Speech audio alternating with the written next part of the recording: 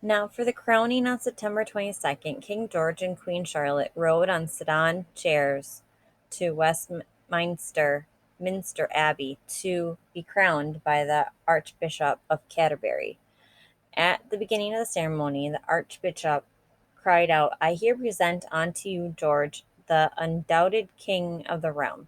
Everyone in the abbey shouted, "God save the King." Then the Archbishop turned to all four points of the compass, north, south, east, west, and each time presented George, the undoubted King. Each time the people responded, "God save the King." George and Charlotte put on the royal robes, received the royal regalia, made the promises they had to make, and finally the coronation was over. George had a crown on his head and felt like a real king.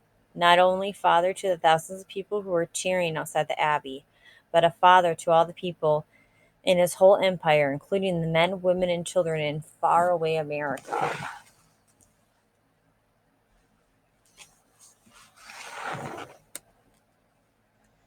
Indeed, King George was feeling so good that he seemed hardly to mind the things that went wrong at his coronation banquet. First were the candles.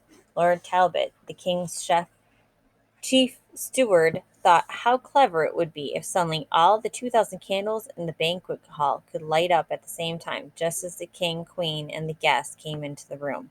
So he had the candles connected with a string of flax fuses, and when the people entered, he lighted the flax, and the candles burst into flame, just as he had planned. What he had not planned was that the burning flax would turn into thousands of sparks and shower down on the heads of those present. The ladies screamed, but no one was hurt. Then the chairs. Lord Talbot forgot to provide chairs for the king and queen, and since no one could sit down until the king and queen did, there was a great deal of standing about until the proper chairs were found. And when at last people could sit, there was not enough tables for them to sit at. No table for the Lord Mayor of London and the aldermen. So they removed to the table reserved for the Knights of the Bath, and the Knights of the Bath were crowded in among the law lords. Then, because Lord Talbot thought he would be clever and save money, there wasn't enough food to go around. When some barons complained, Lord Talbot asked them if they wanted to fight.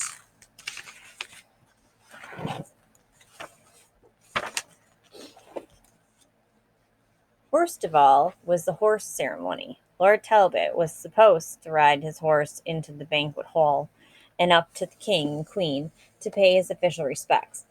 In preparing for the ceremony, Lord Talbot thought how clever it would be if his horse, instead of turning around, would back away from the king and queen. For days he trained his horse to walk backward, and at the banquet, that was just what it did. But instead of walking forward to the king and queen and then backing away, the horse backed its rear end right up to the king and queen.